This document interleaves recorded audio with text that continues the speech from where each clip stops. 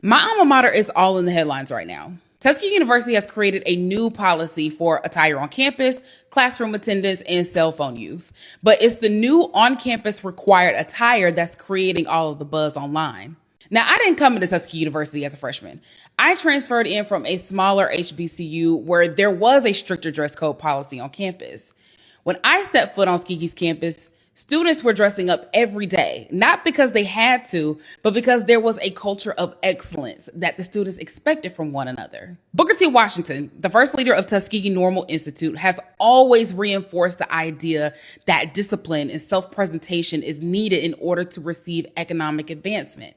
His philosophy influenced campus life to student expectations that I believe has always stood as the cornerstone of Tuskegee's culture. Now, don't get me wrong. When I was a student at Tuskegee, we weren't in business suits and pantyhoses every day. But the calf on Fried Chicken Wednesday was our runway. And we were putting that shit on.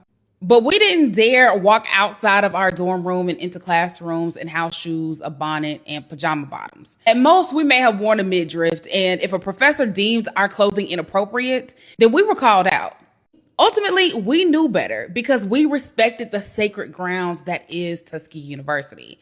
And I hate to put everything on COVID, but it seems like a lot of recipes got lost in 2020. I'm sure a lot of us have seen content about newer college graduates not knowing how to dress appropriately for an office setting.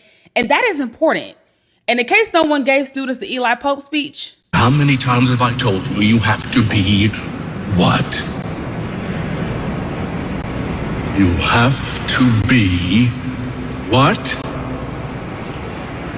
Twice. What? Twice as good. Twice as good as them to get half of what they have. Maybe even 3 times better while Trump is in office. Now, I talked to some of the on-campus students who say that they don't see inappropriate clothing. And that may be true. There may only be a minority of people who are ruining it for everybody else. And I know that dress codes like these often feel like a burden on Black expression and reinforce the idea that respect has to be earned by conforming to certain cultural standards. But there's a time and place for casual clothing, and the classroom isn't one of those spaces. So for those who are against this new policy, my question is, how should students prepare for professional spaces without being trained to do so?